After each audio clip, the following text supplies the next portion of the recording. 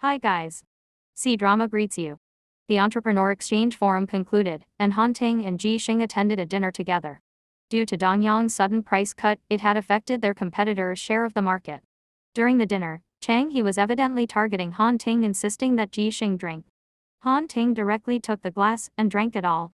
The crowd applauded, and Han Ting immediately took Ji Xing and left the dinner, thinking it was better not to attend such events. Back in the car, Han Ting immediately asked Tang Song for some desensitizing medication as he was allergic to alcohol. Ji Xing noticed his flushed face and rapid breathing, asking if he needed to go to the hospital.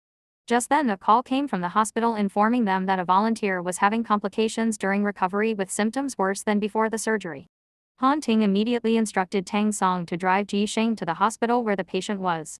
Su Li also went along. Han Ting suggested investigating all the patient's previous medical records before making any judgments. Su Li and Ji Xing visited the patient, who appeared very apologetic but reluctant to speak. Su Li tried several times to get the truth but was brushed off each time. Ji Xing also felt something was amiss. After leaving the hospital, Ji Xing saw Han Ting waiting. Su Li gave them some time alone.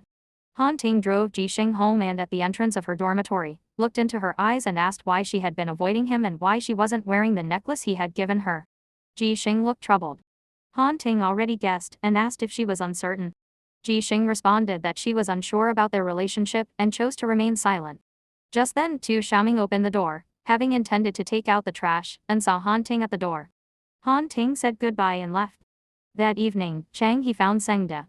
During their conversation, Chang He mentioned that Han Ting was allergic to alcohol and how Han Ting had taken Ji Xing's drink for her. Seng De didn't say anything, but her dislike for Ji Xing deepened. Patient Zhang Fengmei's issues were not because of Ji Xing's products. That night, her shameless husband received an anonymous call. The caller, aiming to bring down Xingchen, had bribed Zhang Fengmei's husband to frame Xingchen's products. Early the next morning, Zhang Fengmei's husband wheeled her to cause trouble in front of Xingchen's office. He loudly claimed that there was a problem with Xingchen's products, adding exaggerated lies. Some people around started filming with their phones. Ji Xing and Su Li came down, explaining that Zhang Fengmei had an ongoing treatment plan, and abruptly stopping it would affect her recovery. Both of them were trying to help Zhang Fengmei, but she sat in the wheelchair, crying and allowing her husband to smear Xingchen. Ji Xing did not agree to Zhang Fengmei's husband's compensation demands, stating clearly that they would only compensate if the investigation proved Xingchen's fault. However, Zhang Fengmei's husband persisted, and in the pushing and shoving, Ji Xing fell to the ground.